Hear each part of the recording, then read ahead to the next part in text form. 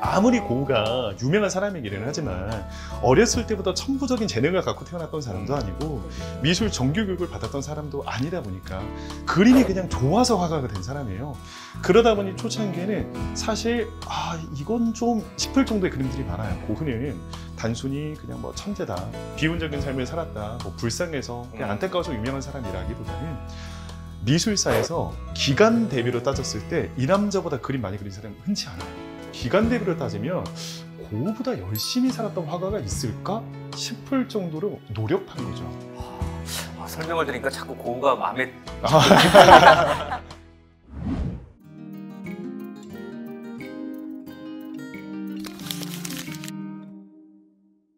근데 그 화풍도 보면은 그 감자 먹는 사람들 같은 경우에는 저는 처음에 되게 그 작품을 보고 놀랐었던 게 해바라기나 아니면 다른 저희가 알고 있는 고흐의 대표작이랑은 너무 색깔이 다른 거예요. 그렇죠. 분위기도 다르고. 그래서 이게 정말 고흐 작품 맞나 해서 의심을 한 적이 있었거든요.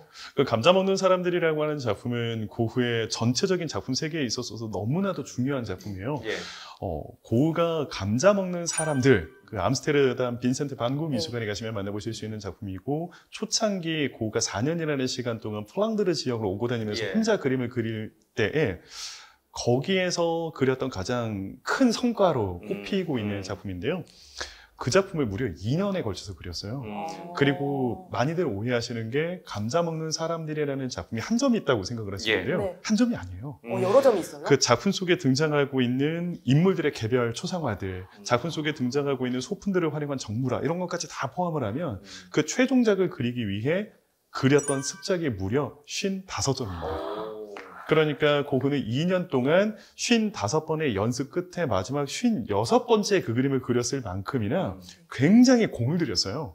그리고 고흐는 그 작품 완성하고 동생 태우에게 보내는 편지에 내가 드디어 그림다운 그림을 그리게 되었노라고. 그러니까 나도 이제 어디 가서 화가라고 이야기를 해도 될 만한 그런 그림을 그리게 된 것 같다라면서 본인 스스로도 굉장히 좋아했던 작품이었어요. 그래서 고흐 초창기에 의미 있는 작품 가운데 하나라고 이야기할 수 있고요.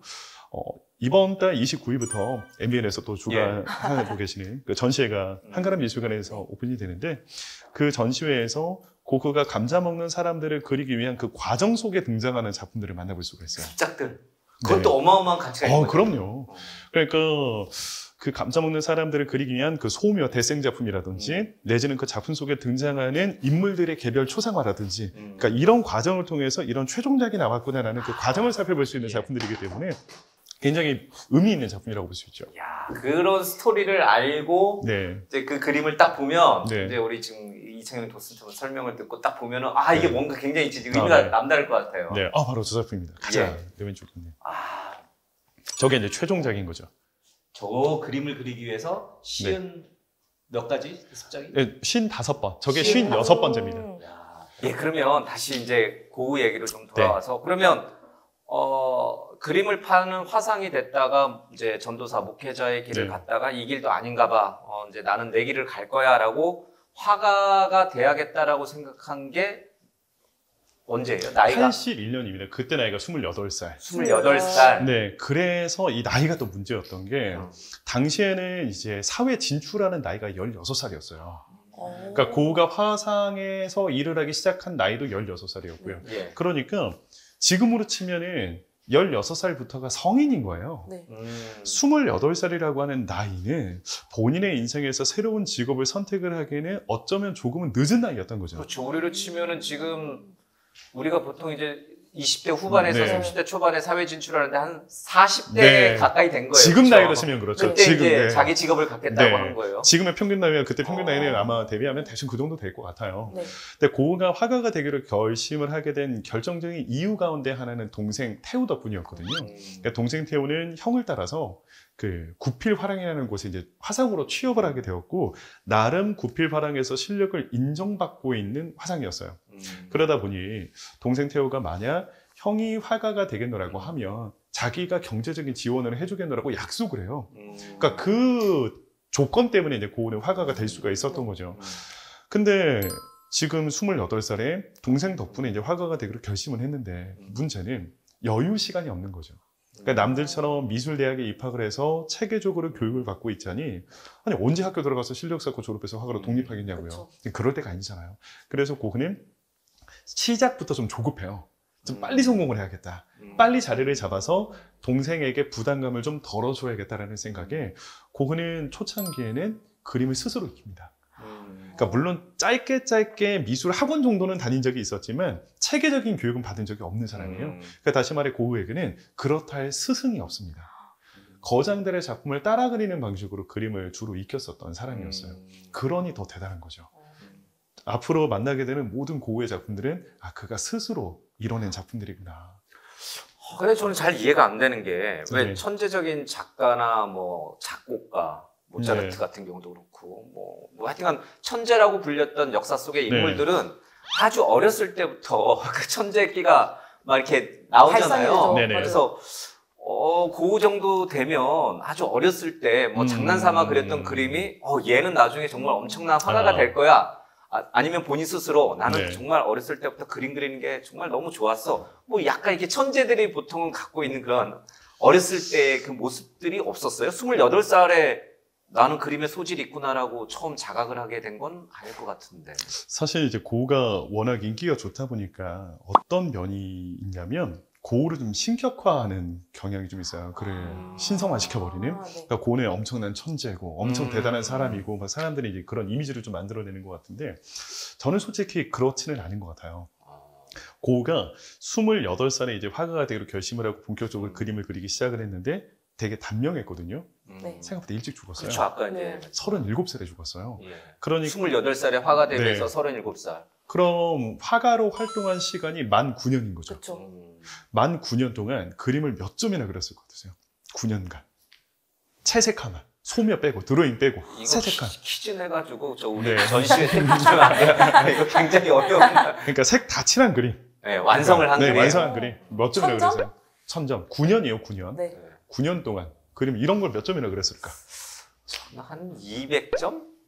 860여 점 그렸어요. 860여 그냥 점. 계산하기 편한 게 이제 보통 900점이라고 하거든요. 네네. 예. 1년에 100점 그린 거예요. 1년에 100점. 이런 걸 1년에 100점 그렸다고 생각을 해보세요. 그럼 대충 3일에 한 장 3일에 그리는 하나. 거예요. 엄청 빨리 그린 거죠. 엄청 빨리 그린 것도 있고요. 예. 굉장히 열심히 쉬지 않고 그린 거죠. 하루에 막 한 점씩 그릴 때도 있었어요. 밤새도록 그렸다는 얘기예요. 네. 다시 말해 그 어떤 화가보다도 노력했던 화가인 거예요. 고흐의 그 초창기부터 말년 1890년 오베르시르 우화제까지 그림을 쫙 펼쳐놓고 보면 그림의 흐름이 보여요. 네. 이 남자가 점점 발전해 나가는 그 과정이 보여요. 사실 초창기 플랑드르 지역에서 그렸던 그림들은 고흐라는 타이틀을 빼고 보면 네. 그렇게 위대한 작품이라고 이야기하기 어려워요. 아. 아무리 고흐가 유명한 사람이기는 하지만 어렸을 때부터 천부적인 재능을 갖고 태어났던 사람도 아니고 네. 미술 정규 교육을 받았던 사람도 아니다 보니까 그림이 그냥 좋아서 화가가 된 사람이에요. 그러다 보니 초창기에는 사실 이건 좀 싶을 정도의 그림들이 많아요.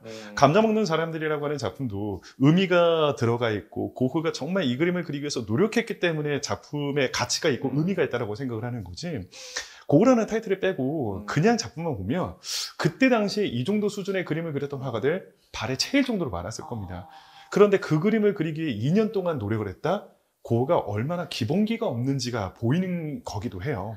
그래서 고흐는 단순히 그냥 뭐 천재다, 비운적인 삶을 살았다, 뭐 불쌍해서 그냥 안타까워서 유명한 사람이라기보다는 미술사에서 기간 대비로 따졌을 때 이 남자보다 그림 많이 그린 사람은 흔치 않아요. 그렇네요. 기간 대비로 따졌을 때는. 물론 전체 작품을 치면은 고흐보다 그림 많이 그린 화가들 많죠. 예를 들어서 클로드 모네 유화만 2400점 그렸어요. 비교가 안 되잖아요. 네. 근데 클로드 모네는 화가로 산 시간이 70년이에요. 아. 70년 동안 2400점을 그린 거고 고흐는 9년 동안 900점을 그린 거예요. 그러니까 이건 기간 대비로 따지면 고흐보다 열심히 살았던 화가가 있을까 싶을 정도로 노력한 거죠. 설명을 드리니까 자꾸 고흐가 마음에 이게 천재보다는 네. 네. 자기 노력을 통해 네. 가지고 정말 이렇게 세계적인 네. 역사에 남는 화가 됐다는 게 정말 너무 감동적인데요. 전 미술사에서 가장 크게 오해받고 손해보고 있는 사람이 고흐랑 저는 레오나르도 다빈치. 레오나르도 다빈치도 거의 그냥 천재 아니에요? 그러니까 다 천재라고 생각하죠. 네. 그냥 천재로 미켈란젤로 천재. 천재로 치부하고 끝나버려요. 네네. 근데 레오나르도 다빈치도 그 어떤 예술가보다도 노력파였어요. 다빈치보다 열심히 산 사람 없을걸요? 그래요? 네, 근데 사람들은 그냥 천재니까 이런 거 했을 거야. 그냥 그러고 끝나버리잖아요. 그분도 고우만큼의 직업이 많아요. 뭐 발명가에서 그쵸, 그쵸. 화가에서부터 떠났을 그러니까요. 때부터 천재인 줄 알았더니 네. 네. 그래, 천재는 원래 그래서 단명하잖아요. 예, 천재들이 보통 네, 비운의 맞아요. 삶을 살고 맞아요. 가는 경우가 많아서 네. 당연히 고우도 태어날 때부터 진짜 뱃속에서부터 그림을 잘 그린 줄 알았더니 그건 또 아니었구나. 네. 완전히 네. 그냥 노력파였구나. 그렇죠. 대단합니다. 어마어마하게 노력했죠. 근데 그 아까 이제 동생 태우의 그 경제적인 후원에 힘입어서 먼저 화가도 먹고는 살아야 되고 화실도 있어야 되고 물감도 사야 되고 뭐 여러 가지 돈이 필요하니까. 근데 28살 늦게 네. 이제 화가가 됐는데 고우의 경제적 지원을 받으면서 빨리 내가 성공해야겠다. 이제 네. 그렇게 마음 먹고 막 밤새도록 그림을 많이 그렸는데 정작 돈을 벌었냐는 거죠. 그림이 많이 팔렸냐는 거죠. 본인이 경제적인 그 뭔가 풍요를 즐길 만큼의. 일단 이게 공식적으로 이제 팔린 작품은 딱 한 점밖에 없습니다. 살아생전에 네. 900점을 그렸는데 네. 딱 한 점 팔았습니다. 그러니까 공식적으로 판매한 작품을. 이게 약간 그 말들이 조금 있기는 한데 뭐 예를 들어서 그 탕기 영감이라고 네네. 파리 시절 때에 지금으로 치면 이제 화방 운영하시는 분이었어요. 그러니까 고흐가 물감을 사야 되는데 그림이 안 팔리잖아요. 그 그림을 그려요. 그럼 탕기 영감한테 가져가요. 그럼 탕기 영감은 그 그림을 받고 물감을 내줘요. 그러니까 이걸 판매라고 쳐버리면은 물물교환인데. 네. 그쵸, 그쵸. 그러니까 이걸 판매라고 치면은 뭐 판 건 판 건데 네. 이건 솔직히 판 거라고 보긴 좀 어렵잖아요. 그렇죠. 우리가 생각하는 판매라고 하는 것은 뭐 전시회에 작품을 걸어두거나 아니면 누군가 자신의 작업실에 찾아와가지고 돈을 주고 그림을 가져가는 것, 네. 맞아요. 이걸 판매라고 이야기한다면 생전에 딱 한 점 팔았습니다. 그거는 근데 그 분이 네. 고우 불쌍해서 그냥 물감을 후원해 준 것 같은 느낌인데. 탕기 영감은 아무래도 좀 그런 개념인 거고요. 그 유일하게 이제 판매가 되었던 작품은 아를 시절에 그렸던 붉은 포도밭이라고 하는 작품인데 고우가 사망했던 게 1890년 그 해 이제 판매가 이루어져요. 당시 이제 400프랑의 이제 네. 거래가 예, 예. 이루어지게 되는데 당시 400프랑이라면 적은 돈은 아니었어요. 네. 그런데 이 판매가 누구에게 됐느냐가 이제 중요한데 고우에게 너무나도 친했던 친구가 있었어요. 외젠 보쉬라고 고우가 너무 좋아했던 사람이거든요. 그래서 초상화도 여러 번 그려줬는데 그와 관련된 일화가 남겨져 있을 정도예요. 턱이 굉장히 좀 날카로웠던, 그러니까 쉐입이 좀 있었던 사람인데 고우가 이제 그 사람의 초상화를 그리고 이런 이야기를 하기도 하죠. 동생 태우에게 턱이 너무 날카로워서 면도칼처럼 보인다. 그래서 사람들이 이 남자가 굉장히 좀 날카롭고 까칠한 사람이라고도 오해를 하는데 네. 그는 그 누구보다도 부드러운 사람이고 네. 마음은 너무나도 넓다. 그의 마음은 마치 인피니티, 우주처럼 넓다. 이렇게 표현할 정도로 굉장히 좋아했던 사람이었어요.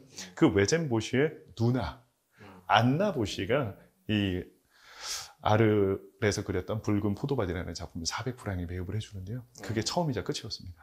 그럼 그 400프랑은 현재 돈으로 따지면 한국 돈으로 따지면 얼마 정도 될까요? 당시 1프랑을 지금 가치로 따지면 대략 한 12,000원 정도로 네. 잡을 수가 있어요. 그러니까 당시 숭룡공의 임금을 지금의 한 대충 한 15만 원, 20만 원 정도? 네. 지금 일용직 가시는 분들 가운데 숭룡공이 한 대충 그 정도 인당이 된다고 치면 요 기준으로 계산했을 때 1프랑은 한 12,000원? 그러니까 400프랑이면 한 480만 원?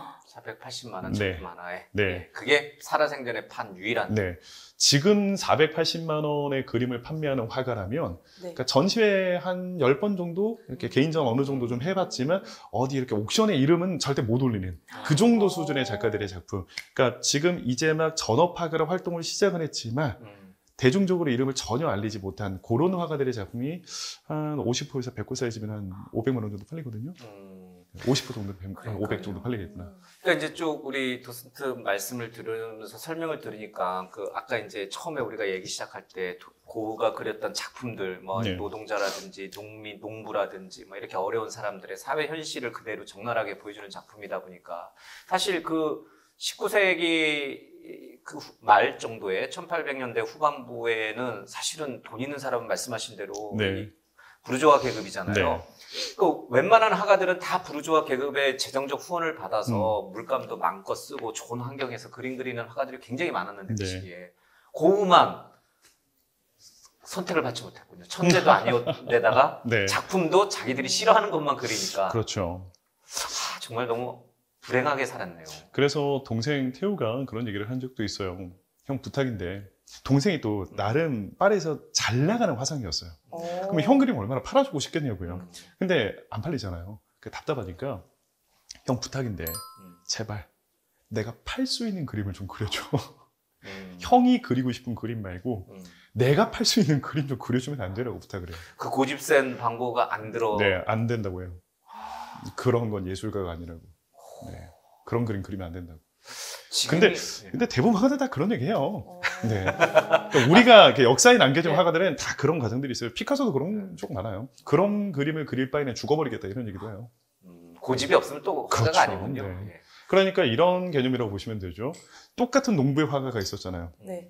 밀레는 가난하더라도 진짜를 그리자라고 고집을 피운 거였고 줄 브로통은 에이 난 먹고 사는 걸 해결할래 현실과 타협할래 하면서 질 브로통이 몰랐겠어요. 그 농부들이 그쵸. 그런지 네. 알면서도 그런 그림 그린 거예요. 그래서 질 브로통은 살아생전에 부경화 다 누렸던 거고 대신에 아무도 모르시잖아요. 네. 질 브로통 누구야 이러시잖아요. 근데 밀레는 생전에 가난했거든요. 예. 다 아시잖아요. 이런 거죠.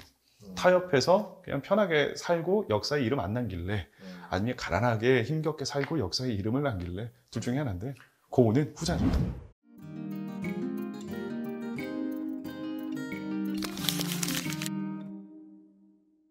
이 방송을 보시고 댓글을 남겨주시는 분들 중에 이제 저희 제작진이 이제 좀 추첨을 통해서 이제 이 전시 티켓도 좀 드리는데 너무 이렇게 공짜만 받아지 마시고 얼마 안 비쌉니다, 그렇죠? 이 고우 일대기를 다 볼 수 있는 작품 전시회가 아까 말씀하신 대로 12년 만에 이제 대한민국에서 열리는 거니까 한 번씩 시간들을 내셔서 네. 가족들하고 아이들을 손잡고 한번 오셔서 보시면 좋겠습니다.